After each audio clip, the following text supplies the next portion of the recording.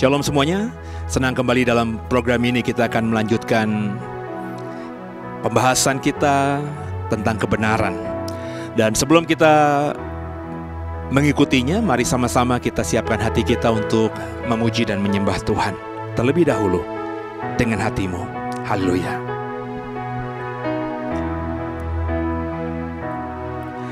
Ketika kulihat pintu-pintu tertutup, ketika ku rasakan beban semakin berat, ketika ku pandang jalan-jalan terhambat, ketika ku rasa Engkau jauh, ketika ku lihat pintu-pintu tertutup, ketika ku rasakan beban semakin berat, ketika ku pandang jalan-jalan terhambat, ketika ku rasa Engkau jauh,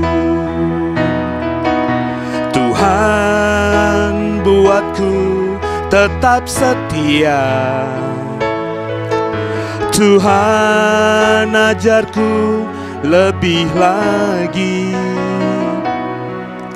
berserah padamu, mengerti jalanmu, sampai kemuliaanmu jadi nyata. Haleluya, mari bersama-sama kembali kita nyanyikan dengan hati kita.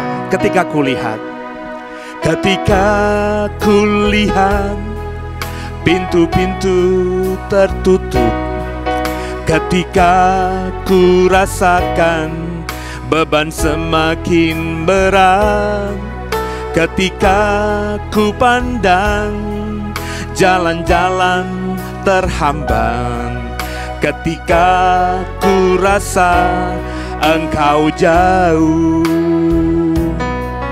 ketika ku lihat pintu-pintu tertutup, ketika ku rasakan beban semakin berat, ketika ku pandang jalan-jalan terhambat, ketika ku rasa Engkau jauh, Tuhan buatku tetap setia. Tuhan ajarku lebih lagi berserah padamu, mengerti jalanmu, sampai kemuliaanmu jadi nyata. Oh, Tuhan buatku tetap setia. Tuhan ajarku lebih lagi berserah padamu, mengerti jalanmu, sampai kemuliaanmu jadi nyata. Oh, Tuhan buatku tetap setia. Tuhan ajarku lebih lagi berserah padamu, mengerti jalanmu, sampai kemuliaanmu jadi nyata. Sampai kemuliaanmu jadi nyata. Sampai kemuliaanmu jadi nyata. Mari sembah Dia, saudara. Haleluya. Kemuliaan-Mu Tuhan, terpujilah nama-Mu Tuhan. Kami sembah Tuhan, Yesus Raja kami. Tiada yang seperti-Mu, sebab Kau Allah yang hidup Tuhan. Penasehat ajaib kami, Allah yang perkasa, penolong yang setia. Yesus namanya, Yesus Tuhan. Kami memuji-Mu, kami menyembah-Mu, Allah yang hidup, Allah yang luar biasa. Haleluya, terpujilah nama-Mu kekal sampai kekal selamanya. Tiada yang lain, hanya Kau Tuhan, hanya Yesus, Tuhan dan Juru Selamat kami. Haleluya. Oh Tuhan, urapilah kami, jamalah kami. Haleluya. Mari sama-sama katakan, Tuhan buatku tetap setia. Tuhan ajarku lebih lagi berserah padamu, mengerti jalanmu, sampai kemuliaanmu jadi nyata. Tuhan buatku tetap setia. Tuhan ajarku lebih lagi berserah padamu, mengerti jalanmu, sampai kemuliaanmu jadi nyata. Oh Tuhan buatku tetap setia.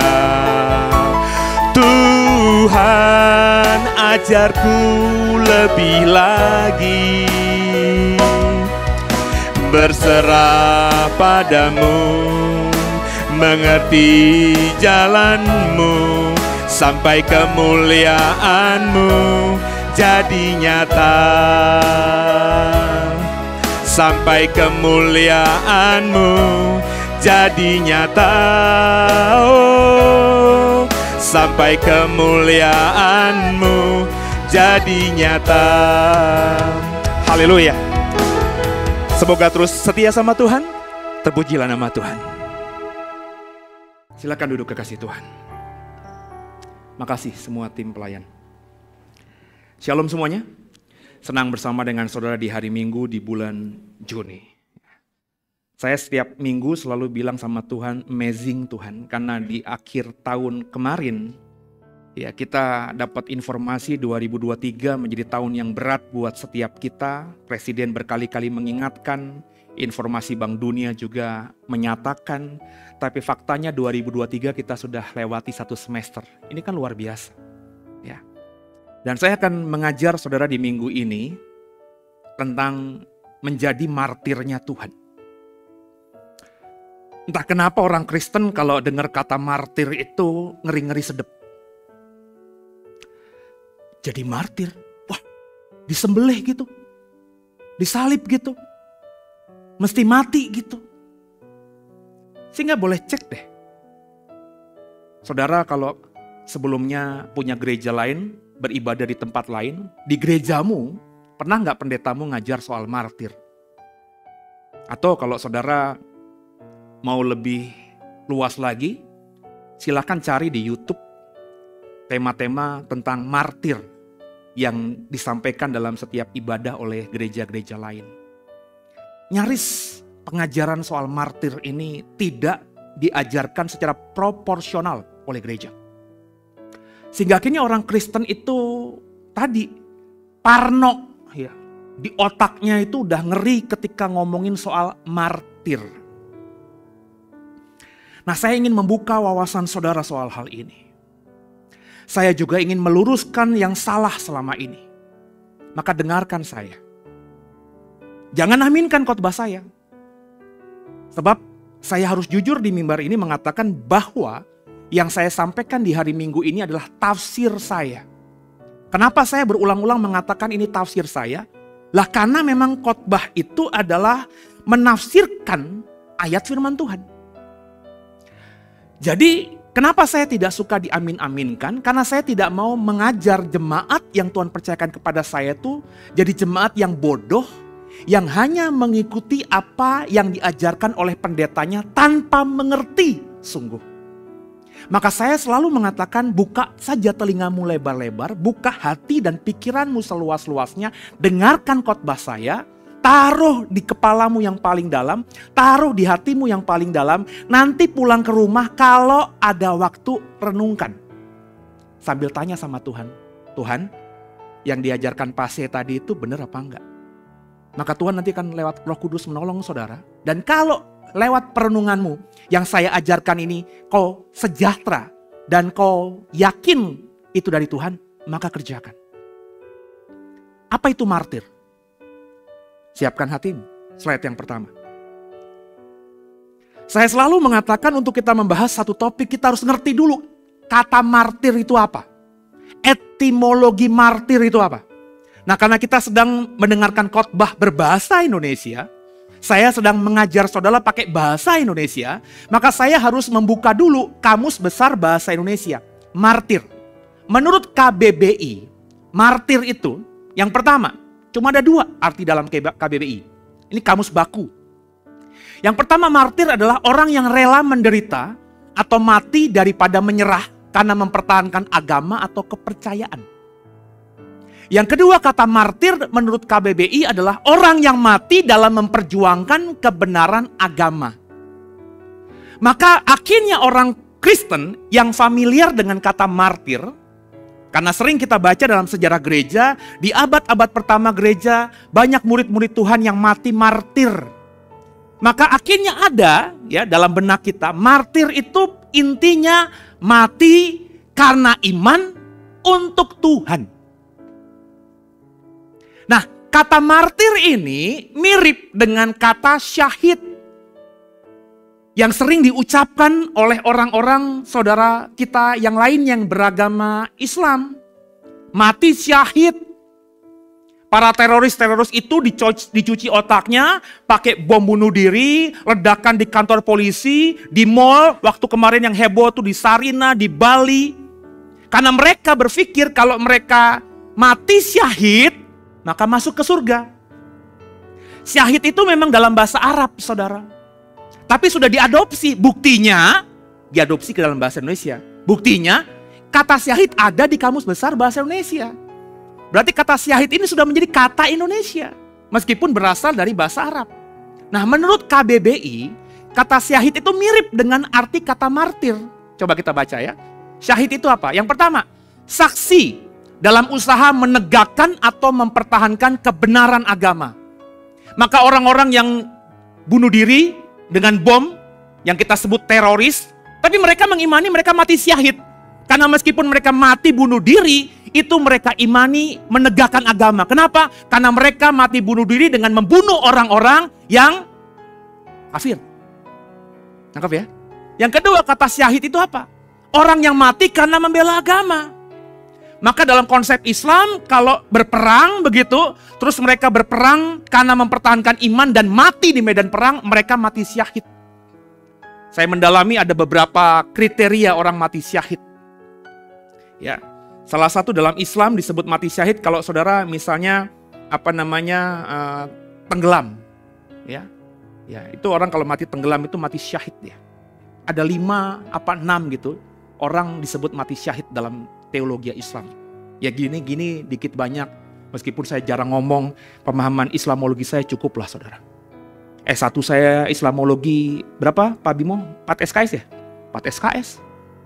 Terus di S2 saya belajar juga di dalam sekolah teologi yang mengajarkan soal pendekatan terhadap Islam, sehingga saya mendapatkan hampir 6 SKS soal Islamologi dan agama-agama lain. Jadi saya cukup paham lah dalam konsep Islam. Cuma saya nggak pernah ngomong di mimbar ini soal konsep Islam. Kenapa? Karena saya sedang ada di mimbar gereja. Ngapain saya ngajarin agama orang lain? Ya. Tapi saya terpaksa ngomong hari ini karena saya menggunakan kata syahid tadi, yang mirip dengan martir. Maka orang Islam yang memakai kata syahid dan orang Kristen yang memakai kata syahid, sehingga kita orang Kristen bisa bilang, dia mati martir. Orang Islam bilang, dia mati syahid. Itu konsepnya sama. Yang disebut mati syahid, yang disebut mati martir, itu orang yang mati karena imannya, menegakkan agamanya. Nah, kekasih Tuhan, biji mata Tuhan. Nah, dalam konsep Kristen, berarti mati martir itu orang yang berani berjuang hingga mati demi membela iman dan kepercayaannya kepada Yesus Kristus. Maka di dalam teologi Kristen, khususnya Katolik, karena harus diakui memang kelompok Kristen pertama itu ya Katolik. Sebelum ada Protestan yang lahir di abad pertengahan gara-gara Martin Luther, kemudian Zwingli, kemudian Calvin, gereja ya satu, ya, yang dikenal dengan gereja Katolik. Kenapa disebut Katolik? Karena arti kata Katolik itu adalah umum, universal. Jadi universal, umum, Katolik, Katolikos itu artinya sama. Gereja yang memang gereja yang satu, gereja yang benar gitu, kurang lebih begitulah. Maka orang Katolik itu menganggap kita orang Protestan gereja nggak benar. Ya, ini nanti jadi bahan salah satu acara di channel YouTube The Way. Saya udah bilang sama teman-teman nanti kita akan ngomong ini. Ya. Nah, orang Katolik itu membuat catatan orang yang martir itu disebut santo dan santa. Makanya dalam doa-doa di Katolik itu ada doa buat santo dan santa. Banyak sekali itu. Ya. Dan banyak kita orang Protestan nggak kenal itu siapa yang disebut santo dan santa. Tapi dalam catatan Katolik mereka disebut santo dan santa karena dianggap orang suci yang salah satu kriterianya mereka mati mempertahankan iman. Banyak tuh. Ya, saya punya bukunya ketika dulu masih sering jalan-jalan ke toko buku. Belum ada internet kayak sekarang. Saya hampir setiap minggu ke toko buku nongkrongin aja, ya, beli buku, ya. Ada yang bahkan sampai sekarang belum dibaca karena buku saya banyak sekali gitu ya. Tapi ketika sudah berubah zaman internet, nggak pernah lagi saya beli buku karena e-book banyak sekali ya. Tinggal download aja, kalau mau berbayar ya tinggal beli buku yang berbayar gitu secara internet ya. Nah, jadi mati martir untuk Tuhan itu berarti mati atau siap mati untuk Tuhan. Itulah pemahaman martir dalam iman Kristen. Slide berikutnya. Slide yang kedua. Ya, ini yang saya bilang tadi. Dalam iman Kristen, ya, martir Tuhan itu orang percaya yang berani berjuang hingga mati demi membela iman dan kepercayaannya kepada Tuhan Yesus. Martir dalam konsep Kristen siap mati untuk Tuhan. Jadi menjadi martir untuk Tuhan, pertanyaannya, saudara siap mati nggak untuk Tuhan? Ya. Nah, bagaimana kata Alkitab soal martir ini? Nah, ini problemnya di sini. Meskipun kata martir itu udah familiar di kuping kita, orang Kristen, kalau Bapak Ibu suka sejarah Kristen, sejarah gereja, itu nggak mungkin nggak ketemu terminologi kata martir Tuhan. Tapi problematikanya, Bapak Ibu nggak ketemu kata martir di Alkitab ini. Di Alkitab LAI terjemahan baru, saya nggak tahu terjemahan baru yang disempurnakan. Saya belum punya Alkitab karena Alkitab yang baru itu, karena saya belum sempat jalan-jalan ke LAI. Ya. Nanti kalau ada teman-teman di sini yang sempat jalan-jalan ke LAI atau ke toko buku Kristen, terus ketemu terjemahan baru yang disempurnakan, ya bilang sama saya mau nitip gitu. Saya belum sempat ke Salemba. Biasanya saya bilang tadi, ya saya sering jalan ke toko buku, tapi karena zaman sudah canggih, ya buku nggak saya beli. Dan kebetulan Alkitab terjemahan baru ini di rumah saya masih banyak gitu ya. Dulu sempat saya beli banyak stok untuk diberikan kepada orang-orang ketika pelayanan, tapi karena saya sudah sejak pandemi nggak pernah keluar lagi, nggak pernah misionaris lagi, nggak pernah ke daerah-daerah lagi, Alkitab itu tersimpan cukup banyak di rumah gitu ya. Tapi pengen tuh, saya nggak tahu apakah di terjemahan baru yang disempurnakan itu ada kata martir dalam Alkitabnya, ya. Tapi di LAI ini terjemahan baru, saya nggak ketemu kata martir. Saya cari itu, loh, kok nggak ada kata martir dalam perjanjian baru LAI? Sehingga akhirnya kita agak kesulitan. Itu mungkin alasan kenapa akhirnya banyak pendeta, banyak gereja tidak mengajarkan konsep martir ini, karena kata martir nggak ketemu di Alkitab. Kita sering dengar Stefanus adalah orang Kristen yang martir pertama. Stefanus, diaken Stefanus. Rasul pertama yang martir adalah Yakobus, saudaranya Yohanes, anak-anak Zebedius yang disebut Boanerges itu. Ya. Rasul yang pertama kali matinya dipenggal oleh Herodes, Yakobus. Stefanus, diaken, orang Kristen pertama yang mati yang dicatat Alkitab, matinya caranya ditimpuk batu karena dianggap menghujat Tuhan. Oleh orang Yahudi tentunya. Ya. Nah, kenapa? Ya karena mereka mempertahankan imannya, maka kita sebut mereka martir. Nah, istilah martir yang dipakai oleh kita orang Kristen dalam pemahaman tadi. Meskipun kata martir tidak ada di Alkitab kita nggak boleh diam di sini. Makanya saya mau buka semuanya supaya saudara yang dengerin saya, saudara yang anggap saya guru, saudara yang anggap saya hamba Tuhan, ngerti konsep ini. Dengarkan saya kasih kesimpulannya di depan. Martir itu dasar Kristen. Saya ulangi lagi ya. Konsep pengajaran martir itu adalah dasar dari iman Kristen. Maka kalau ada orang Kristen tidak siap martir, itu bagi saya sekarang ini bukan Kristen. Karena dia nggak punya dasar yang benar. Maka dengarkanlah saya. Meskipun tidak ada kata martir dalam terjemahan LAI, kita nggak boleh berhenti, saudara.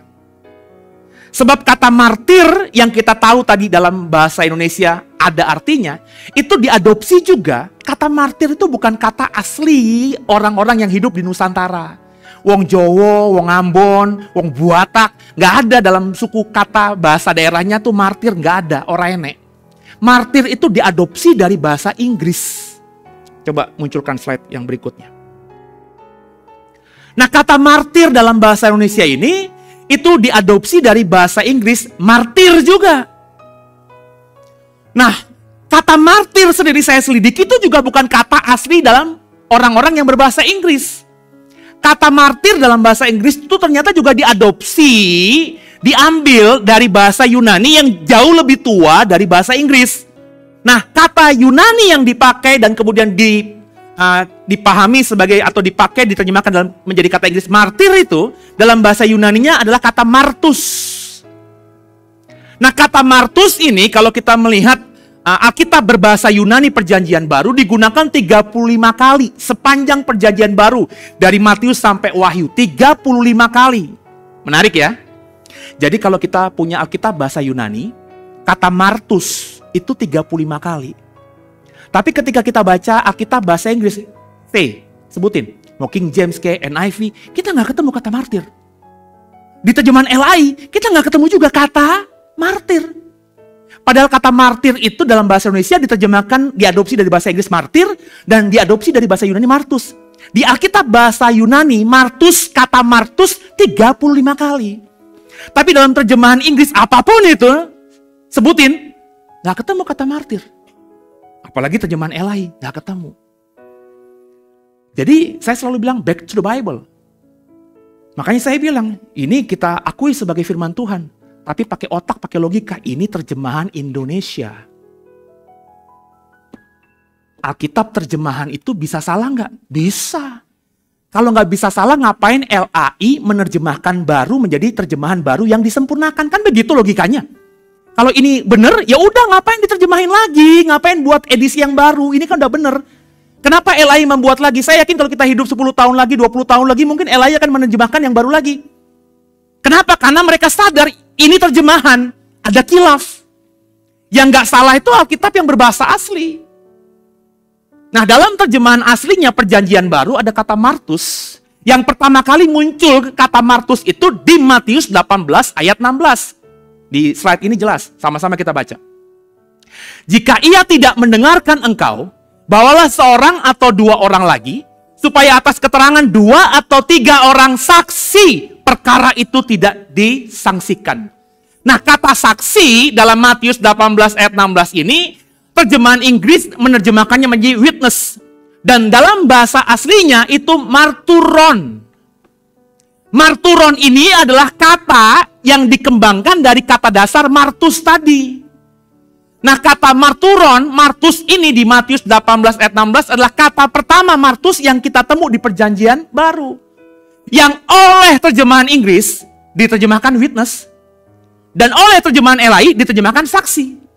Maka sekarang Bapak Ibu ngerti, meskipun di Alkitab kita ini nggak ada kata martir, tapi konsep martir yang benar dalam bahasa aslinya martus itu ada di Alkitab kita, yang oleh LAI diterjemahkan di dalam Perjanjian Baru menjadi kata apa? Saksi. Jadi lo cek dari Matius sampai Wahyu, kalau kau ketemu kata saksi, cek bahasa aslinya, Alkitab bahasa asli Perjanjian Baru Yunani, maka itu adalah kata martus. Saya nggak tahu kenapa LAI menerjemahkannya saksi. Padahal kata martir itu sudah ada dalam bahasa Indonesia. Jadi kalau pakai logika nih, andai saya tiba-tiba gereja ini jadi besar gitu ya, punya berkat, misalnya mengelola dana sekitar puluhan M begitu, saya akan yang lakukan pertama, saya menerjemahkan Alkitab. Oh iya, saya akan lakukan itu. Ya, kenapa? Karena kalau dalam otak saya, kata martus itu, dan karena kata martus itu sudah diadopsi menjadi kata Indonesia martir, maka setiap ketemu di Perjanjian Baru, kata martus, mestinya ya diterjemahkan martir aja. Supaya akhirnya gereja, maafkan saya, orang Kristen awam ngerti bahwa ada konsep martir, martus di Alkitab kita.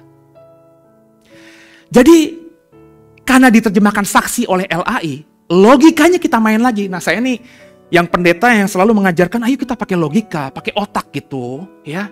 Jangan Alkitab itu dibaca, pokoknya imani aja. Saya nggak suka begitu, ya. Buat apa Tuhan kasih kita akal budi, pengertian, otak, ya? Karena salah satunya bagi saya untuk bisa memahami kebenaran firman Tuhan.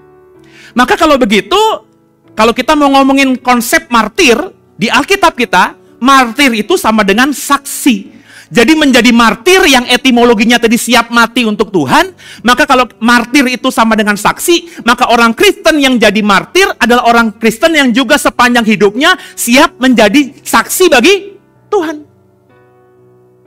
Kalau tadi, siapa yang siap mati? Mungkin deg-degan, gak ada yang angkat tangan. Tapi kalau saya tanya siapa yang siap jadi saksinya Tuhan, pasti akan lebih mudah angkat tangan. Ya, saudara. Jadi secara nggak sadar tuh membedakan martir dengan saksi. Kenapa? Bukan salah saudara. Salah terjemahan kita ini. Salah juga banyak gereja dan pendeta yang nggak mau belajar banyak. Maafkan saya. Sehingga akhirnya jemaatnya berpikir martir dan saksi dua hal yang berbeda. Orang Kristen banyak pendeta bilang harus jadi saksinya Tuhan. Iya, semua gereja ngajar gitu. Tapi berapa banyak gereja mengajarkan orang Kristen harus jadi martirnya Tuhan? Nggak ada. Sebab kalau ada orang atau pendeta ngomong gitu, dia bilang, ih radikal nih. ini membentuk Kristen jadi teroris-teroris. Karena konsep martirnya tadi dipahami hanya menurut Kamus Besar Bahasa Indonesia, siap mati. Wah, ini kayak si kiai-kiai apa, ustadz apa tuh yang mengajarkan umatnya, yuk siap mati. Ya, takbir. Langsung membunuh orang. No.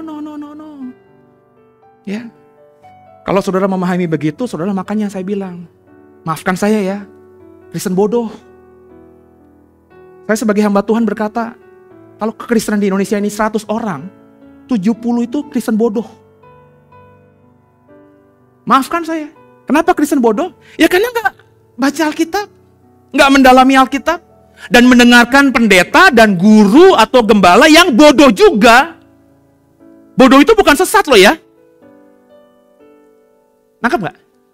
Nggak selalu bodoh itu sesat, saudara. Bodoh itu artinya tidak mau belajar. Cukup. Saya sudah punya pemahaman Alkitab segini nih. Di 2003, di minggu pertama Juni, saya merasa pengajaran saya sudah cukup. Saya di sini. Saya berhenti di sini. Saya nggak mau upgrade lagi, saya nggak mau belajar lagi, saya nggak mau kembangkan pemikiran saya, filsafat saya, filsafat Kristen tentunya juga. Terus juga iman Kristen saya, belajar lebih banyak dari banyak orang lagi, merendahkan diri. Maka saya nanti 10 tahun lagi akan jadi orang Kristen yang bodoh. Karena ilmu saya, ilmu Kristen saya, ya sama dengan 10 tahun yang hari ini. Nggak boleh begitu. Maka dengarkan gurumu, dengarkan yang kau sebut pendetamu.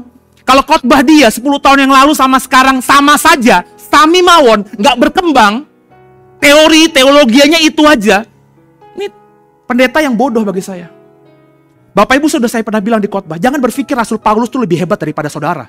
Jangan berpikir Rasul Petrus lebih hebat dari saudara. Kita menghormati mereka sebagai rasulnya Tuhan. Orang yang pernah bertemu muka dengan Tuhan, mendengarkan pengajaran Tuhan langsung. Tapi dengarkan saya, pengajaran mereka dibandingkan dengan kita yang mau belajar akan jauh lebih kaya kita daripada mereka. Kenapa? Karena Rasul Paulus contohnya. Itu sama Rasul Petrus saja nggak akur. Wah, kalau saya khotbah ini, banyak orang nggak suka nih. Tapi jujur nggak akur emang. Orang mereka dicatat kok berdebat di Yohanes pasal 15 soal bagaimana orang Kristen itu harus disunat apa enggak. Ya kan? Ribut mereka. Makanya nggak pernah kita baca di sepanjang perjanjian baru. Kemudian Rasul Paulus menjumpai Rasul Petrus. Rasul Petrus menjumpai Rasul Paulus. Ya, memang dikatakan Paulus akhirnya setelah 3 tahun di Nabatea ke Yerusalem untuk bertemu Kefas dan Yohanes. Tapi itu di awal pertobatannya. Tapi setelah dia dikenal sebagai rasulnya Tuhan, nggak pernah kita catat dan sejarah gereja nggak pernah mencatat mereka bertemu di satu tempat. Kenapa? Mereka berbeda dogma. Maka saya berani yakin apa yang dipahami Paulus, ya itu saja. Dia tidak memahami apa yang diajarkan oleh Petrus. Dia tidak memahami apa yang diajarkan oleh Yohanes. Dia tidak memahami apa yang diajarkan oleh Yakobus. Karena mereka semuanya tidak pernah bertemu kemudian ketika sudah menjadi rasul-rasul Tuhan yang hebat. Nah, kita puji Tuhan. Kita dapat pengajaran Paulus kan? Kita dapat pengajaran Yakobus kan? Kita tahu pengajaran Petrus kan? Bagaimana saudara nggak akan jauh lebih hebat pemahaman Kristenmu dibandingkan Paulus? Maka gereja yang dogmanya dari ratusan tahun ketika gereja itu berdiri nggak pernah berubah. Terus ada pendeta yang mengatakan bahwa doktrin kita itu doktrin yang sudah teruji zaman karena sudah ratusan tahun itu sudah diajarkan. Ini gereja yang bagi saya aneh. Nggak baca apa di Alkitab? Bahwa nanti di akhir zaman, Tuhan akan menyingkapkan apa yang selama ini masih terselubung. Sehingga kalau kita baca kitab Yoel, Tuhan bilang nanti di akhir zaman, teruna-teruna akan bernubuat. Bayi-bayi akan bernubuat. Kalau kita adalah generasi akhir zaman, dan andai akhir zaman terjadi 10 tahun mendatang, maka kita inilah gereja yang semakin terang membaca firman Tuhan. Percayailah saya. Maka, kalau ada gereja, ada pendeta yang teologinya nggak pernah berubah. Sejak dia jadi pendeta sampai dia mau mati jadi pendeta, ngajarnya gitu-gitu aja. Ini pendeta yang tidak benar-benar dewasa.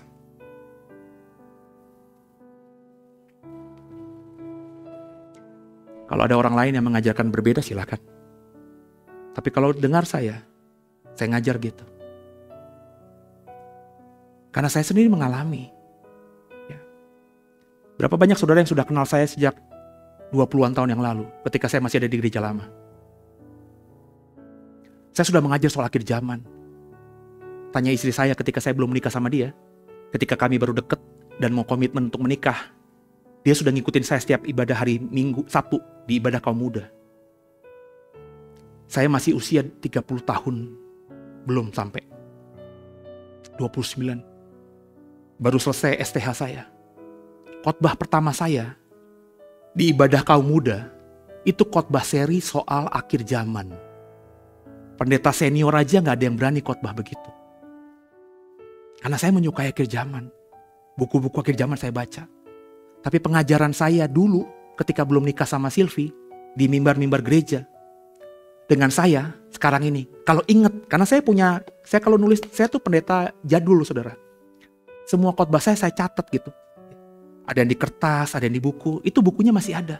Saya kalau baca ya, pengajaran saya yang belasan tahun yang lalu soal akhir zaman, saya ketawa-ketawa. Bego banget lo Sen ngajarin begini. Cetek banget lo Sen ngajarin begini. Tapi saat itu, itulah kebenaran yang saya paham.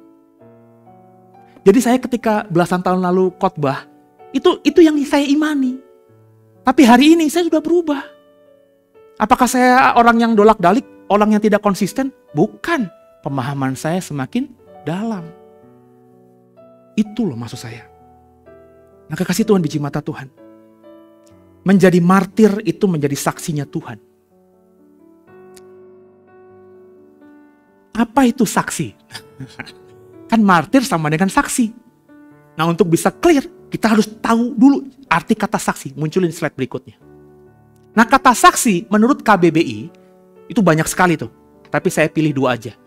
Pertama, orang yang melihat atau mengetahui sendiri suatu peristiwa. Jadi kalau orang menjadi saksi di pengadilan, orang itu harus melihat kejadiannya. Makanya dia bisa jadi saksi. Yang kedua, orang yang memberikan keterangan di muka hakim guna kepentingan penyidikan, penuntutan, dan peradilan tentang suatu perkara pidana yang didengarnya, dilihatnya, atau dialaminya sendiri. Itu menjadi saksi itu begitu. Jadi nggak mungkin orang dipakai atau diminta jadi saksi dalam suatu peradilan, tapi dia sama sekali nggak tahu. Saya cuma denger-dengeran aja, katanya, konon, seperti ini. Nggak akan bisa jadi saksi. Sebab kalau jadi saksi itu hanya dari rumor, semua netizen bisa. Ya nggak sih? Netizen Indonesia kan paling tahu semuanya. Ya. Tapi apakah bisa jadi saksi? Nggak bisa. Makanya kasus Sambo itu susah tuh. Lo percaya kasus Sambo itu bener? Kalau lo ikutin, ibu-ibuku itu nonton karena sidangan Sambo itu live kan, ya. Ibuku nonton, wah rasain dia dihukum mati, divonis mati. Kenapa? Karena bunuh anak buahnya. Tapi kalau kau perhatikan sungguh-sungguh ya, coba deh. Memang terbunuh itu, Brigadir Joshua itu terbunuh. Terbukti di pengadilan, Sambo yang menembak dan memerintahkan anak buahnya menembak. Tapi alasannya kenapa tuh Brigadir Joshua ditembak terbuka di pengadilan. Netizen bilang, itu selingkuh. Selingkuh itu tidak terbukti di pengadilan. Jadi alasan menembak itu sampai diputuskan Pak Sambo dihukum mati dan semuanya dihukum, itu tidak terbukti. Tapi netizen kan sotoy-sotoy gitu ya. Ya. Itu karena perselingkuhan. Nggak terbukti. Rumor-rumor berkembang. Ini bukan ngomongin perselingkuhan. Ini ngomongin duit yang besar. Saya mengikuti sebuah podcast yang dilakukan orang-orang yang memang mengkritik pemerintah, oposan gitu ya. Jadi saya antara percaya apa tidak percaya, karena namanya oposan itu pasti jelekin pemerintah terus ya. Tapi logika mereka saya dengar. Ini mengenai judi online. Ya. Yang nilainya itu bukan cuma 1M, puluhan M, tapi triliunan. Di mana konon katanya si jenderal ini backing mereka. Entah kenapa ribut gara-gara itu dan anak buahnya akhirnya dibunuh. Sebab kalau cuma karena perselingkuhan, di pengadilan sudah terbukti. Ya. Ini saya ngomongin itu ya akhirnya. Si jenderal ini sama istrinya sudah pisah rumah kan. Jadi kalau perselingkuhan, mestinya jenderal ini akan, ya udah terbukti, cerai aja, clear. Ya. Tapi gitulah, ya, saya nggak tahu kalau orang Indonesia tuh Ya samalah. Ini gambaran orang Kristen juga, ya. Yang sukanya tuh atau cukupnya tuh tahu luarnya doang tapi nggak tahu dalamnya. Makanya banyak orang nggak bisa terima pengajaran yang saya berikan karena ya nggak suka yang gimana-gimana gitu, sukanya yang santai-santai aja, Pak. Kan saya udah bilang ya, saya nggak mau lagi diundang sama gereja, saya hari Minggu mau di doe aja ngajar saudara. Salah satu alasannya karena kalau saya diundang gereja, mereka kasih tema. Contohnya nih, saya diundang gereja yang ngasih tema untuk saya khotbah soal keuangan. Dan saya dikasih tema lain untuk ngomongin soal berkat. Maafkan saya, gereja di luar sana masih ngomongin uang, berkat. Sedangkan Bapak Ibu yang dengerin saya udah gak ngomongin itu lagi kan. Nah, problemnya tema itu kadang-kadang dikasihnya belakangan.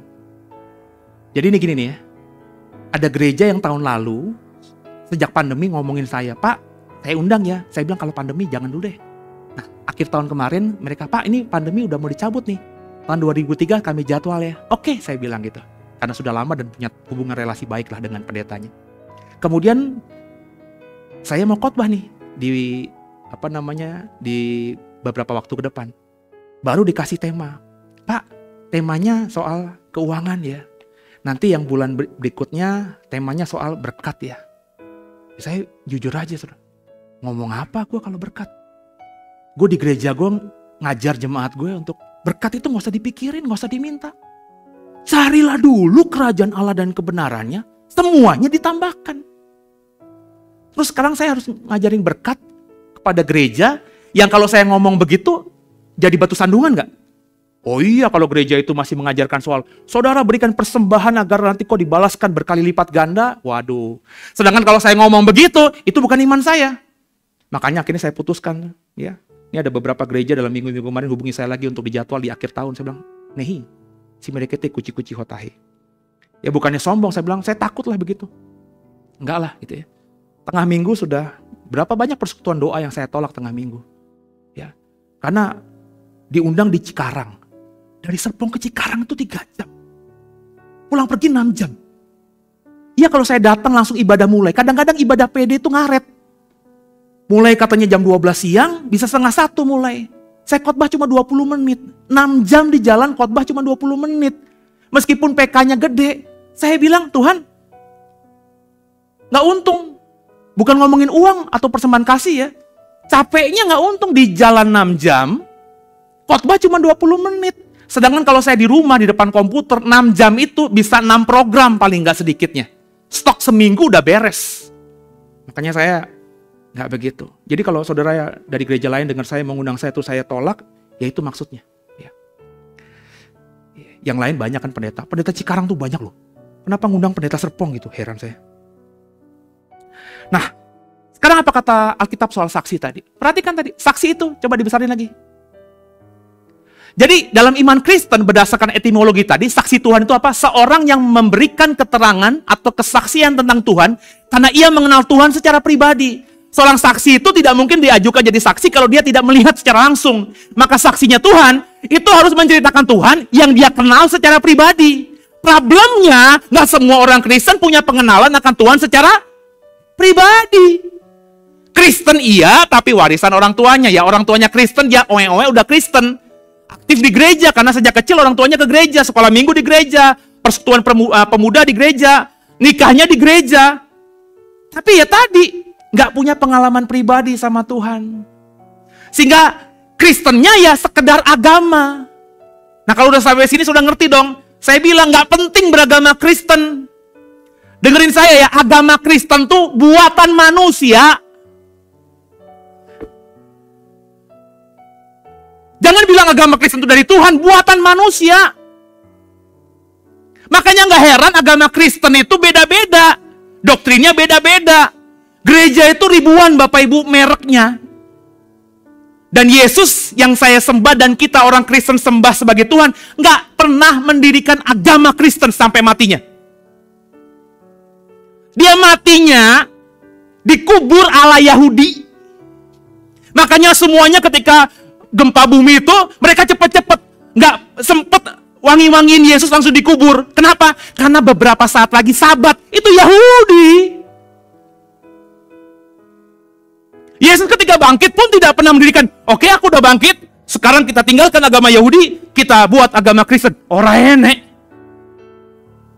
Bahkan kata Kristen di zaman Yesus hidup dan Yesus bangkit sebelum naik ke surga, itu nggak pernah dikenal. Kata Kristen baru pertama kali dikenal, itu di sekitar tahun 70-80 tahun. 70-80 Masehi. Oleh orang-orang di Antioquia. Orang kafir di Antioquia, yang menyebut kepada orang-orang yang kumpul-kumpul ngomongin soal Yesus dengan sebutan Kristen loh. Sebab Kristen secara etimologi artinya pengikut Kristus. Baru kemudian abad ketiga, setelah Kaisar Roma kafir, karena kepentingan politik dan peperangan, itu gimana bisa mengkonsolidasikan Roma bisa menang, bisa mengerahkan orang untuk berperang dan punya satu goal. Kaisar Roma itu jadi Kristen, Konstantin itu jadi Kristen.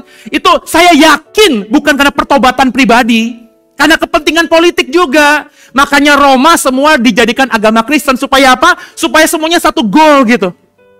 Karena kekristenan saat itu sudah berkembang. Kekristenan dipakai untuk perang salib. Mana bisa sih kalau agama Kristen itu dari Tuhan, terus Tuhan mengajarkan untuk yuk kita berperang. Orang enek. Konsep martir Kristen pun bukan dengan tujuan itu.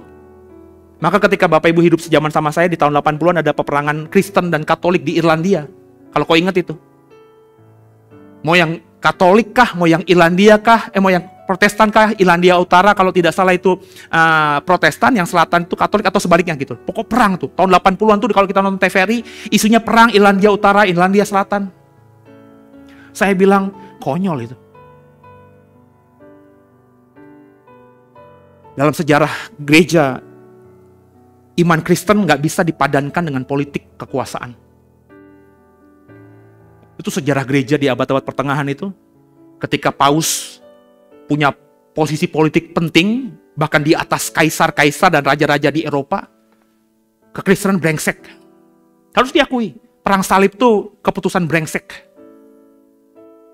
dari pemimpin-pemimpin Kristen saat itu. Yang mengajarkan kalau kamu nanti mati perang berdasarkan salib, kamu mati masuk ke surga. Sama tuh. Kayak pemimpin-pemimpin agama seberang yang mengajarkan mendoktrin mencuci otak umatnya untuk bom bunuh diri. Maka Bapak Ibu,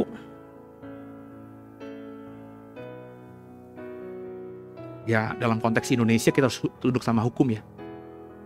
Di Indonesia harus punya agama, problemnya itu.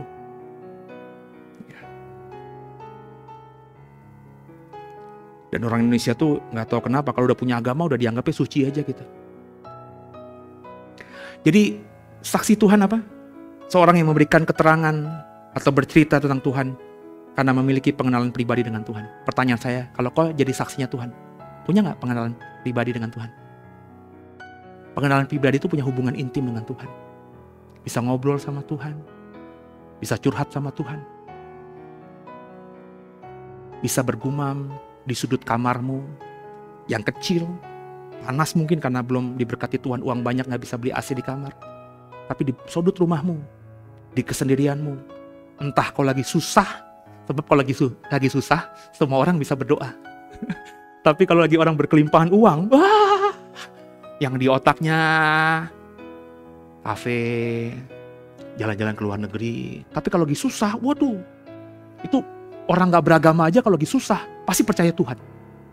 Ya, bisa sudut rumah nangis-nangis, Tuhan tolong. Ya tapi masih lebih bagus lah daripada kedukun ya. Tapi maksud saya, dalam susah dan duka, punya gak hubungan pribadi sama Tuhan? Ngobrol sama Tuhan, curhat gitu. Ini yang Bapak Ibu perhatikan. Saya selalu mengatakan konsep doamu terus dibuang. Doa tuh gak harus lipat tangan, tutup mata, terus berkata-kata dengan kata-kata yang sudah disusun. Oh Tuhan, penguasa langit dan bumi. Tuhan yang berada nun jauh di sana, di surga yang agung, dan hamba masih tinggal di bumi yang bejat, durhaka. gelap ini. Aduh, itu kalau saya Tuhan, saya jijik dengar doa begitu, tau gak? Tuhan tuh kalau Alkitab katakan sahabat kita. Mana ada sahabat ngomong sama sahabatnya begitu, oh sahabatku yang budiman. Sahabat tuh kalau ketemu sahabat geplak kepala, bener gak? Ngobrol, gila lo ya, bokap lo. Meskipun kata-katanya kayaknya gimana, tapi namanya sahabat tuh ngerti. Itu bukan maksudnya menjatuhkan atau menjelekkan. Jadi udah ngomong aja padanya. Siapa di sini yang doa begitu masih? Sorry, di sini nih, yang masih lipat tangan. Terus kadang, doa tuh harus ngambil wudhu. Jangan ketawa, ada orang Kristen begitu. Ambil wudhu, cuci mulutnya kumur-kumur supaya kalau keluar kata-kata tuh kata-katanya bahkan pakai yang pewangi mulut. Bagus sih, tapi bukan begitu. Itu untuk ngajarin anak-anak TK, anak-anak sekolah minggu tuh supaya ngerti hubungan dengan Tuhan gimana. Tapi kita yang udah dewasa, masa doa masih begitu? Nah, siapa yang doa makan? Sekarang disuruh doa makan, kata-katanya masih sama dengan doa makan zaman kita SD. Bapak Ibu, saya nggak mengagungkan atau memuliakan atau memberikan pujian berlebihan ya. Nanti sometimes suruh Silo, anak saya doa. Silo. Wah, itu anak saya yang satu itu doanya jauh lebih keren daripada kokonya.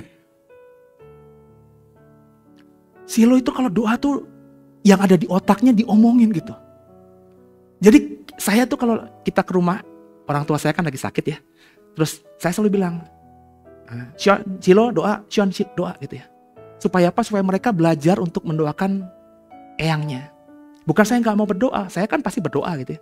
Nah saya sering dengar sambil saya menguji gitu ya. Si Silo tuh kalau doa tuh kadang-kadang ada kata-kata amazing yang tiba-tiba keluar dari mulutnya. Saya bilang, wih, keren. Ya. Tapi saya mau lihat nanti ketika SMP. Doanya mestinya kalau SD aja begini, SMP lebih keren lagi. Lebih ngobrol sama Tuhan. Nah saudara kekasih Tuhan. Kembali ke dalam topik pembahasan kita. Apa hubungan antara saksi dengan martir tadi? Martir siap mati untuk Tuhan. Saksi artinya apa tadi? Pokoknya menceritakan tentang Tuhan yang dikenalnya secara pribadi. Nah, kata Yunani martus tadi yang diadopsi jadi kata martir atau martir dalam bahasa Indonesia dan bahasa Inggris. Dan juga berarti saksi, witness. Makanya kita harus padu-padankan tadi. Bahwa martus itu bisa berarti martir, bisa berarti witness. Martus bisa berarti martir dalam bahasa Indonesia, bisa menjadi saksi dalam bahasa Indonesia. Maka slide berikutnya munculkan. Jadi dalam iman Kristen saya ngajar saudara, martir itu sama dengan saksi. Jadi kalau saudara mau jadi saksinya Tuhan, saudara pasti jadi martirnya Tuhan. Kalau saudara mau jadi martirnya Tuhan, maka saudara pasti jadi saksinya Tuhan. Martir atau saksinya Tuhan itu dalam bahasa saya adalah orang percaya yang secara terus-menerus bersaksi tentang Tuhan dan bahkan rela mati daripada menghentikan kesaksiannya tentang Tuhan.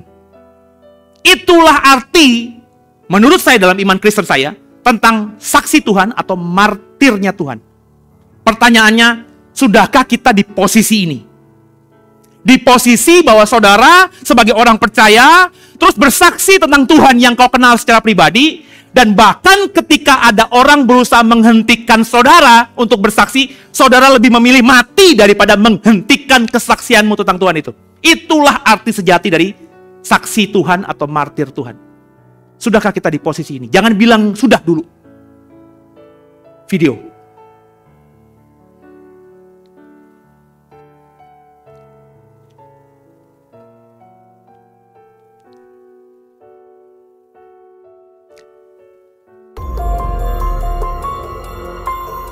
Seorang bayi berusia 2 tahun di Korea Utara dihukum penjara seumur hidup.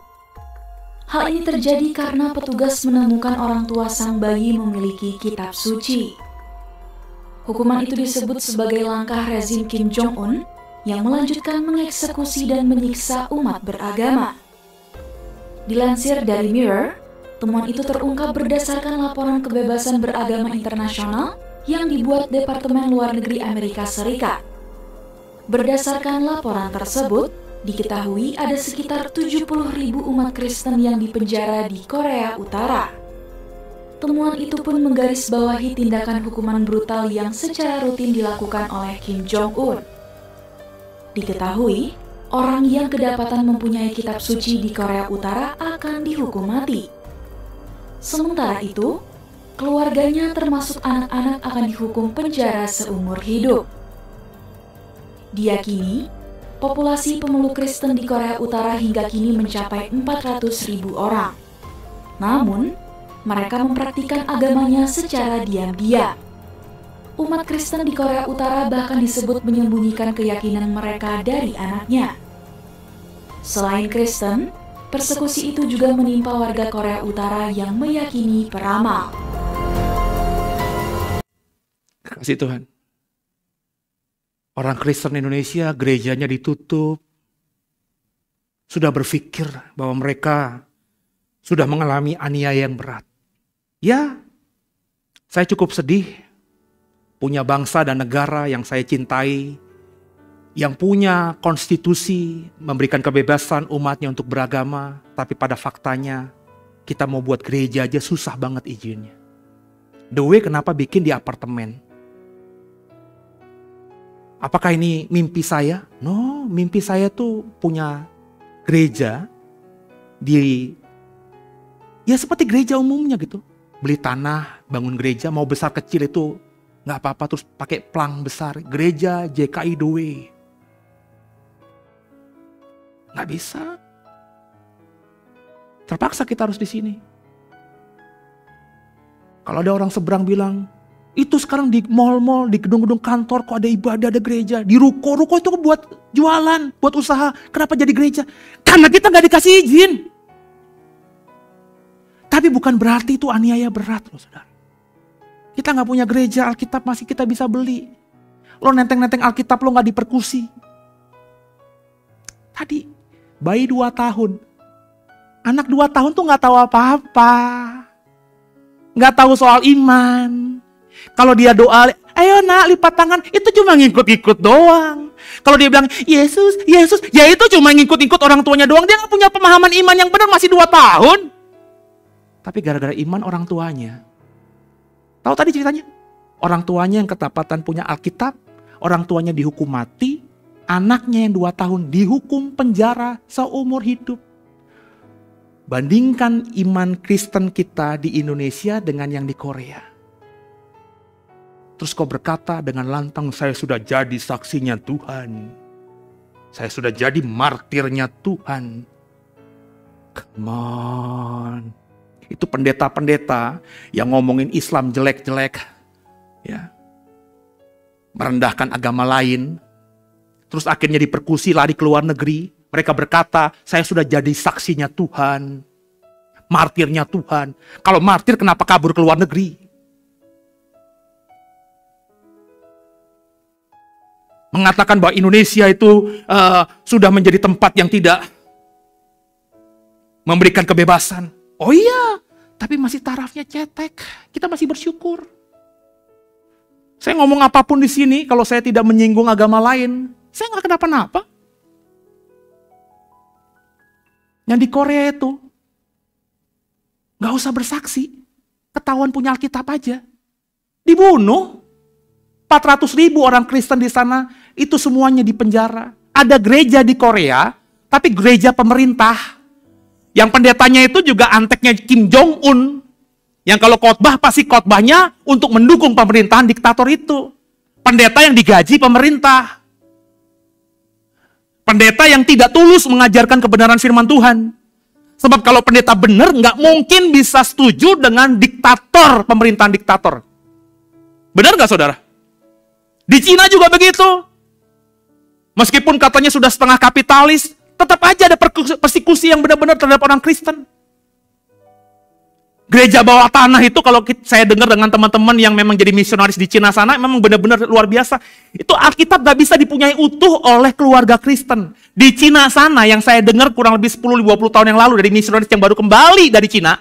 Karena saya punya hubungan dekat dengan dia, pernah jadi dosen saya, dosen misiologi saya. Terus dia berkata, di Cina itu kalau punya Alkitab, Pak Seno, ya, karena dia sudah tahu saya pendeta, manggilnya Pak Seno dulu, atau jadi saya mahasiswa, Seno gitu kan. Itu bahkan kitab Injil Yohanes tuh dirobek-robek. Yohanes ada berapa pasal, saudara? Coba kita lihat, saya juga nggak hafal, saudara. Yohanes itu 21 pasal. Kitab Yohanes yang 21 pasal aja itu dirobek-robek. Setiap keluarga itu punya satu pasal. Pak Prana punya pasal 1, saya punya pasal 2, Pak Bibo punya pasal 3. Itu oleh kita kan bisa dilipat-lipat, disembunyikan di mana, gampang. Kalau satu buku kan susah. Terus dibaca, sudah katam, sudah ngerti, terus hubungan pakai WhatsApp atau apa gitu. Pak Prana, ketemuan yuk, kita ngopi. Kelihatannya ngopi, tapi tukeran pasal. Tapi gila itu, orang Kristen begitu. Itu martirnya Tuhan. Saudara bisa seperti itu? Sorry ya, cuy. Ke gereja aja males. Baca Alkitab aja enggak. Terima kasih sama Tuhan setiap hari aja enggak. Memulai hari dengan bersyukur aja enggak. Terus kau berkata kau martir gitu? Berbeda dengan orang lain yang sesaudara Kristen, kita langsung bilang mereka musuh kita. Menganggap orang lain yang berbeda dengan kita itu orang yang sesat. Bilang orang Islam, orang Buddha, orang Hindu itu orang kafir. Saudara ngerti gak sih? Mereka yang Islam, mereka yang Buddha, mereka yang Hindu, bahkan mereka yang tidak percaya Tuhan sekalipun ateis, mereka itu adalah orang-orang yang menjadi manusia karena Tuhan izinkan. Baca Alkitab gak sih? Bahwa setiap manusia itu yang keturunannya Adam, semua keturunan Adam itu dihembuskan nafas hidup oleh Tuhan. Ada Tuhan dalam hati mereka. Tapi kok gak mau bersentuhan dengan mereka? Ketemu orang yang berhijab tuh, darah Yesus. Kira lindung. Kalau sama orang yang beda iman di bumi aja kau gak berani berinteraksi, gak berani berteman, terus kau mengatakan bahwa kau orang benar? Yesus itu bahkan, baca gak Yesus? Yesus itu orang Yahudi yang sama orang Samaria itu musuhan. Gak ada orang Yahudi yang dari Yerusalem mau ke Galilea, itu lewati daerah Samaria, selalu muter. Yesus dari Yerusalem mau ke Galilea, dia tarik garis lurus, nembus atau melewati daerah Samaria, musuh sejati orang Yahudi. Bukan cuma lewat, Yesus sengaja duduk di sumur Yakub. Baca nggak ceritanya? Sampai ada perempuan Samaria yang memang butuh air, yang akhirnya ketemu Yesus. Dan karena pertobatan perempuan Samaria ini, Yesus mengabarkan Injil beberapa waktu lamanya di kota-kota Samaria. Kau berkata kau muridnya Yesus. Orang Kristen kalau mau makan, sate kambing Haji Kodir. Ini pasti binatang-binatang haram semuanya yang sudah dipersembahkan kepada berhala. Come on. Lo makan daging ayam, lo beli di pasar, semuanya disembelih. Bismillahirrahmanirrahim. Hukumnya begitu kan? Kita ada hukum halal kan? Lu kira lu beli sapi, daging sapi di pasar-pasar itu disembelihnya nggak pakai syahadat Islam? Kalau nggak begitu, nggak ada stempel halal, nggak bisa diperjualbelikan.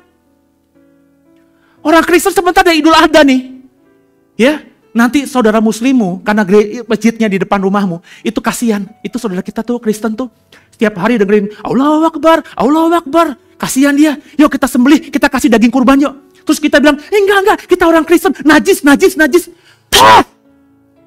Lu makan sapi, daging sapi setiap hari, daging ayam setiap hari. Itu juga disembeli ala mereka yang mempersembahkan kurban di ibadah Idul Adha mereka. Idul Adha tahun lalu, ingat gak Silvi? Kita ke rumah ibu saya. Ibu saya tuh rumahnya persis di depan masjid. Ya. Dulu ketika kita baru nikah ya, Silvi tuh tanya Silvi. Itu kalau udah pas maghrib, Allahu Akbar, Allahu Akbar. Kan zaman kita baru nikah kan internet belum ada kan. TV langsung dimatikan. Tanya tuh dia. Saya bilang, yang lu matiin TV, percuma. Karena kita masih tinggal di rumah mertua, di rumah ibu saya. Itu sebentar lagi toaknya masjid. Lu matiin gimana? Saya bilang begitu. Ya udah terima aja. Terus kemarin tahun lalu ada Idul Adha. Ibu saya dapat kambing. Kebetulan ibu saya nggak makan kambing. Dikasih ke saya. Saya bilang, Alhamdulillah. Saya suruh bawa pulang, dimasak.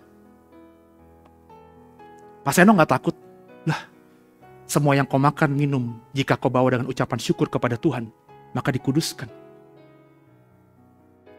Kecuali kau tahu ada restoran ya yang ketika mau menyajikan makanan itu daging-dagingnya, masakannya terus dikelilingi Allahu Akbar, Allahu Akbar. Terus kayak itu tuh kayak pakai persembahan berhala gitu, caci.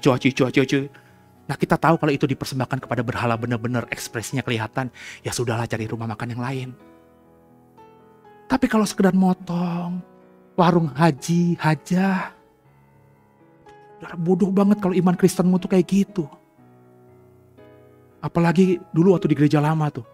Kalau masuk ke restoran begitu langsung bawa minyak urapan. Dalam nama Yesus, dalam nama Yesus. Udah bagus gak dibacok loh.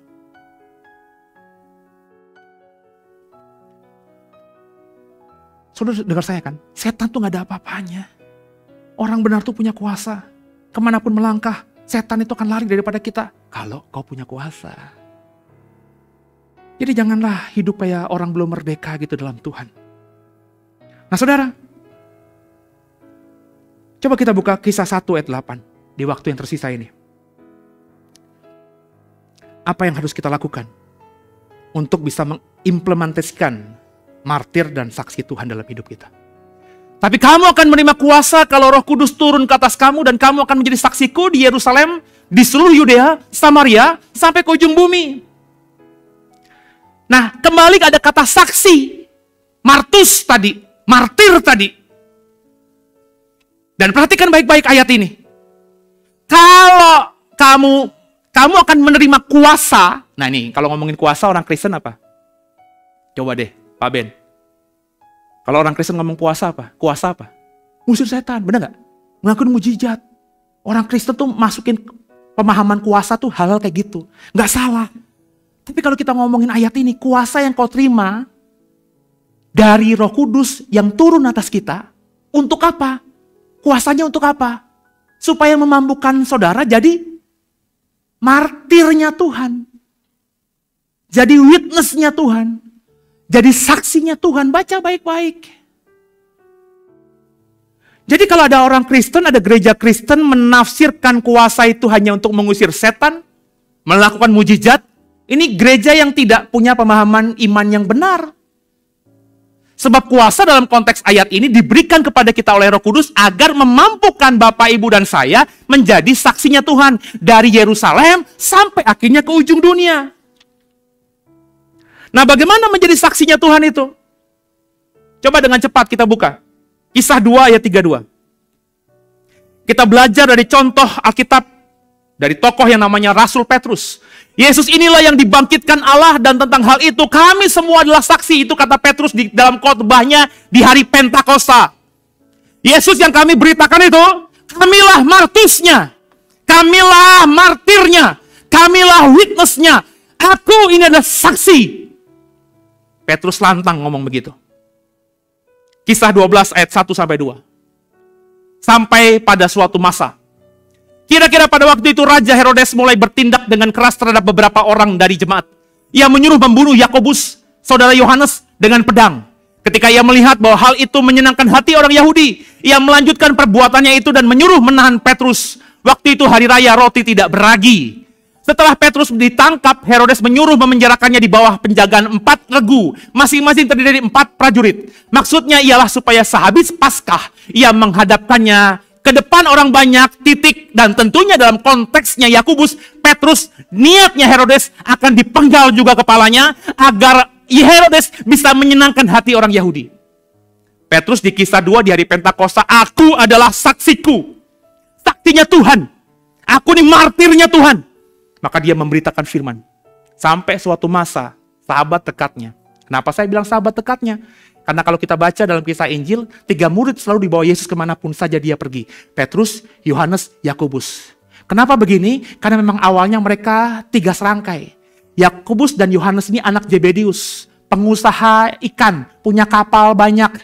Saya pernah menafsirkan bahwa Petrus ini adalah nelayan bayaran. Dia kerja sama bapaknya Yohanes dan Yakobus. Dia jadi nelayan bayarannya Zebedius. Maka sejak kecil mereka ini berteman. Maka kemanapun Yesus pergi, ya karena Yesus tahu mereka ini berteman, mereka ini yang dibawa.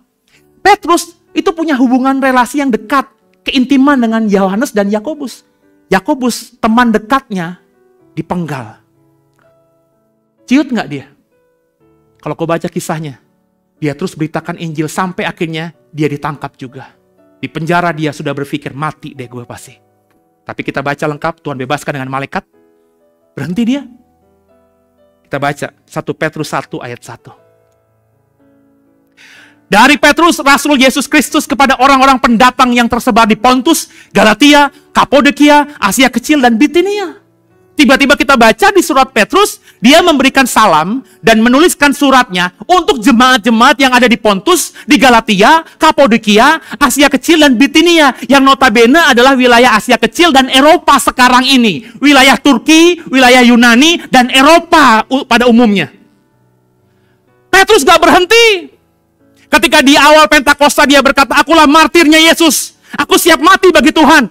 Dalam perjalanan dia melihat saudaranya Yakobus dipenggal. Dia tidak kendur, dia terus memberitakan Injil. Sampai akhirnya ditangkap. Dia berpikir dia mati. Tapi mujizat terjadi. Tuhan lepaskan dia dengan malaikat. Sehingga dia bebas. Berhenti mengajar? Berhenti menginjil? Enggak. Dia bakal terus melalang buana sampai jauh ke Eropa sana. Setiap dia ada di sebuah kota, dia menginjil. Kalau kita baca 1 Petrus 5 ayat 13. 1 Petrus 5:13. Salam kepada kamu sekalian dari kawanmu yang terpilih yang di Babylon dan juga dari Markus anakku. Surat Petrus ini ditulis oleh Petrus di Babylon. Babylon itu apa? Apakah Babel, Pak? Loh, bukan. Babylon adalah nama samaran untuk Roma. Maka kalau kita baca di kitab Wahyu, Yohanes berkata kejatuhan Babel, itu bukan Babel Nebukadnezar. Babel di zamannya Yohanes, di zamannya Petrus sudah runtuh. Babylon ini adalah gambaran dari Roma, yang memang kata Petrus dan Yohanes itu memerintah layaknya Babel di zaman perjanjian lama. Makanya gereja Katolik berkata bahwa paus pertama adalah Petrus. Petrus dikenal dalam sejarah. Kalau di internet ada, cuma belum ada dalam bahasa Indonesia. Itu kitab apokrip, kitab yang tidak dipercayai kanon Alkitab, tapi juga dipahami sebagai sejarah kekristenan. Act of Peter, kisah tentang Rasul Petrus. Itu kurang lebih ditulis di abad kedua.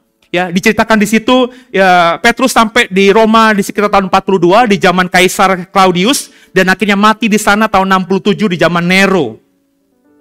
Di kitab apokrip Act of Peter itu digambarkan bahwa Petrus akhirnya menjadi paus pertama di Roma. Ketika Nero berkuasa, tadi persekusi terhadap orang Kristen mulai terjadi oleh Nero. Kita tahu kota Roma sengaja dibakar oleh Nero dan yang dipersalahkan orang Kristen. Rasul Petrus sebagai paus, sebagai pemimpin gereja, itu diminta jemaatnya. Rasul, kamu melarikan diri. Sebab kita pasti akan ditangkap. Sudah banyak saudara kita mati, dipenggal kepalanya, disalib, dibakar oleh Kaisar Nero. Rasul harus melarikan diri agar kekristenan terus berkembang. Maka Petrus dikeluarkan secara sembunyi dari kota Roma. Di kisah Act of Peter, Petrus berjalan meninggalkan Roma. Di tengah jalan, dia bertemu dengan Yesus.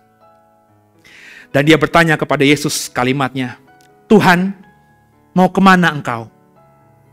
Yang dalam bahasa Latinnya, Quo vadis Domine. Dan apa kata Yesus kepada Petrus? Aku mau disalib kedua kali.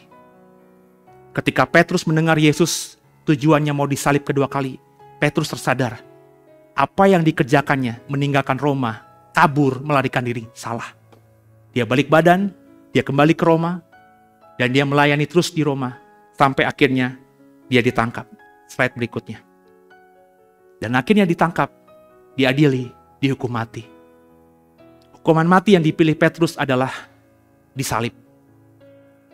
Tapi ketika mau disalib, Petrus bilang, aku gak mau disalib seperti Tuhanku disalib. Aku gak layak disamakan penghukumannya sama seperti Tuhanku. Aku disalib terbalik saja. Petrus benar-benar membuktikan bahwa ia adalah saksi Tuhan Yesus. Bahkan siap mati untuk Tuhan. Disalib terbalik. Lebih menyedihkan, lebih menderita daripada Yesusnya. Itu martir. Itu saksi, bukan cuma omong. Saya sekarang berkata, saya saksinya Tuhan, saya martirnya Tuhan. Tapi belum teruji. Saya baru beriman. Sebab entah kapan Andai kata saya ditangkap oleh pemerintah rejim yang zolim, ketika ada pedang, ada pistol di kepala saya, sangkal Yesus atau mati. Bisa saja karena saya mengasihi istri saya, mengasihi anak-anak saya berpikir, aku berhikmat aja deh, aku sangkal Yesus. Maka saya hari ini mengatakan saya saksi Tuhan dan martir adalah omong doang. Wahyu 2 ayat 13. Wahyu 2 ayat 13. Aku tahu di mana engkau diam, yaitu di sana di tempat tahta iblis. Dan engkau berpegang pada namaku dan engkau tidak menyangkal imanmu kepadaku, juga tidak pada zaman Antipas saksiku yang setia kepadaku, yang dibunuh di hadapan kamu, di mana iblis diam. Berapa banyak orang tahu siapa Antipas? Antipas ini adalah bishop atau uskup dari kota Pergamus. Kota Pergamus kalau kita belajar, itu wilayahnya sekarang ada di Turki, yang namanya kota Bernama sekarang ini. Bergama hari ini. Kalau kau sudah pernah ke Turki, ada kota Bergama, itu kota Pergamus kuno zaman dulu. Di kota Pergamus ini, saudara, itu ada altar agung Pergamus, yakni mezbah besar untuk orang-orang mempersembahkan binatang korban kepada Zeus, dewi atau dewa tertinggi Yunani. Makanya itu yang disebut oleh Yohanes sebagai tempat di mana tahta iblis berada. Pergamus pergumulannya bukan cuma menginjil, tapi melayani orang-orang yang menyembah Zeus. Maka dalam kisah apokripa lagi, Antipas ini kemudian memberitakan Injil dan mengusir setan-setan, roh-roh jahat. Dan akhirnya orang-orang yang percaya kepada Zeus menangkap si Antipas ini. Dia akhirnya dihukum mati. Hukuman matinya mengerikan. Jadi ada altar berbentuk lembu tembaga. Kemudian Antipas ini dimasukkan ke dalam lembu tembaga itu dan dibakar. Munculkan besar gambarnya.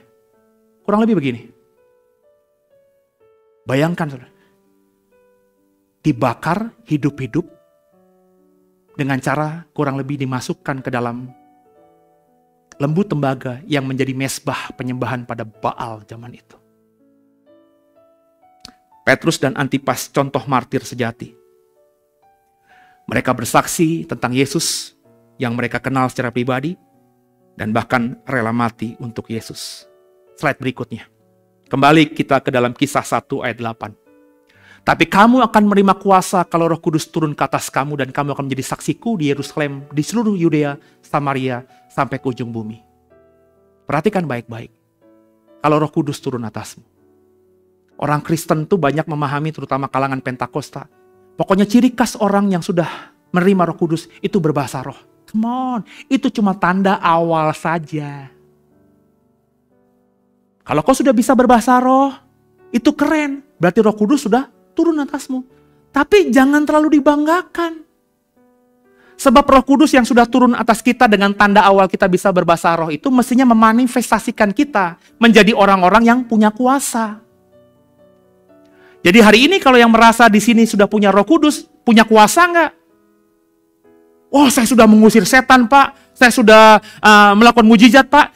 Ya, itu hanya sebagian kecil dari kuasa. Sebab dalam konteks Kisah 1 ayat 8, kuasa itu diberikan kepada kita oleh Roh Kudus untuk memampukan kita menjadi saksinya Tuhan. Jadi martirnya Tuhan.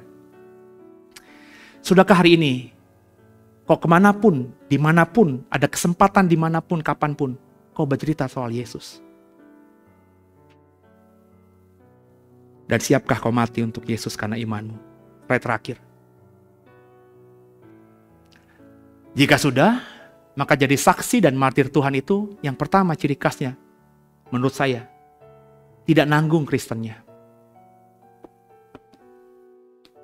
Nggak ngerasa pernah cukup. Haus terus. Haus terus tuh jangan artikan ke gereja terus ya. Sebab orang yang ke gereja terus tuh bisa jadi pengangguran. Kadang gitu, gue juga dulu gitu. Waktu belum ada kerjaan, di gereja mulu hidup gue. Ya, karena emang gak ada kerjaan lain. Jadi bukan berarti orang yang hidupnya di gereja terus itu adalah orang yang Kristennya radikal. Gak punya kerjaan aja. Tapi intinya sudah jadi Kristen gak nanggung. Gak nanggung tuh maksudnya apa? Ya nggak setengah-setengah. Yang kedua, tidak berhitung-hitung perhitungan dengan Tuhan. Aku sudah doa Tuhan tadi. 1 menit aja boleh dong. Aku sudah baca Alkitab Tuhan, 1 kata aja boleh dong. Aku sudah memberikan persembahan Tuhan, nanti balaskan berkali lipat ganda ya. Tuhan, aku sudah berikan persepuluhan ya. Tuhan, kata Tuhan kan kalau sudah memberikan persepuluhan, belalang pelahap, belalang peloncat, belalang tempur, dialogkan. Ini orang yang masih nanggung dan juga masih hitung-hitungan sama Tuhan. Saya bilang, kalau nggak nanggung dan nggak hitung-hitungan ya, berikan aja yang terbaik untuk Tuhan, sukarela. Kalau konteksnya ngomongin memberikan persembahan, seperti tadi saya ketika awal mengajak saudara untuk memberikan persembahan, sukarela. Beri yang terbaik. Dan gak ada hitung-hitungan. Aduh, jangan jadi orang Kristen kalau memberikan persembahan tuh, terus mengklaim janji Tuhan, balaskan 100 kali ganda. Aduh, lu udah diselamatin dari kutuk dosa, diselamatkan dari lautan api kekal, lu masih hitung-hitungan sama Tuhan begitu. Baru ngasih 100.000, baru ngasih 100 juta, 10 juta, 1 miliar, 1 triliun sekalipun, di mata Tuhan itu kecil. Neraka mestinya lo. Yang ketiga tadi apa? Gedein, saya gak kebaca. Yang ketiga, kalau udah jadi saksi dan martir Tuhan apa? Lakukan apapun yang terbaik seperti untuk Tuhan. Melayani Tuhan tuh dalam banyak hal, bukan cuma di gereja doang. Lo jadi pengajar, lo jadi pegawai, maafkan saya, lo jadi buruh di lapangan, jadi kuli bangunan, jadi pembantu rumah tangga, ART, jadi suster, jadi dokter, jadi insinyur, whatever, sebutin semua pekerjaan-pekerjaan yang ada di dunia ini, lakukanlah seperti untuk Tuhan. Kenapa? Karena kau tahu, kau dipanggil menjadi manusia untuk melakukan hal itu. Maka lakukanlah, kata Paulus, seperti untuk Tuhan. Saya dipanggil Tuhan jadi pendeta, jadi pengkhotbah, jadi pengajar. Saya lakukan apapun seperti untuk Tuhan. Saya menggali Alkitab, karena panggilan saya yang jadi pengajar. Maka tiap hari saya gali Alkitab, makanya kau perhatikan, gak pernah khotbah saya berulang. 9 tahun lebih saya jadi gembala, hampir 10 tahun. Hampir 20 tahun saya jadi pendeta. Tidak pernah sekalipun saya ngulang khotbah yang dulu pernah saya khotbahkan. Saya punya buku-buku catatan khotbah saya. Tapi gak pernah saya ulang khotbah saya. Batuk. Ini begonya saya nih. Udah pakai mic masih teriak-teriak juga. Mestinya kan gak perlu teriak-teriak ya. Wong deso. Ini bukan iklan, tapi saya minum Cleo.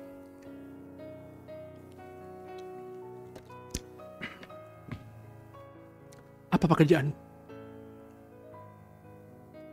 Pak Robi, kerjaan lo apa? Pak Les, kerjaan lo apa? Jangan lo pikir Pak Les, lo bukan pelayan Tuhan. Ben, kerjaan lo apa? Sorry Ben, bukan berarti warung lo punya warung kecil. Itu bukan melayani Tuhan. Mos, ngajar musik, bukan berarti itu bukan melayani Tuhan. Maka lakukan segala apapun itu seperti untuk Tuhan. Kalau saya nggak punya prinsip ini, 20 tahun loh saya jadi pendeta di gereja lama. Setiap minggu saya 8 kali khotbah loh. Itu untuk diulang-ulang. Lu pasti gak paham.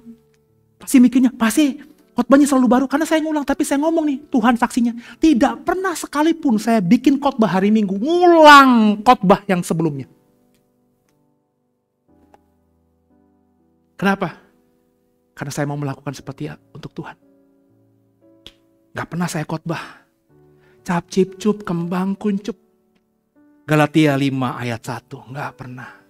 Untuk khotbah ini saya bergumul, Tuhan apa yang harus gue khotbahin. Ketika saya dapat ini jadi martir. Tuhan, ini khotbah yang aneh nih jadi martir. Masa ngajakin orang mati? Tapi ketika saya dalami, oh ini penting. Saya siapin khotbah. Yuk, hari ini yuk. Tuhan ingin kita martir. Dan kau harus jadi martir kalau kau merasa ada Roh Kudus dalam hidupmu. Sebab Roh Kudus diberikan supaya kau punya kuasa dan jadi martir. Tundukkan kepala kita doa.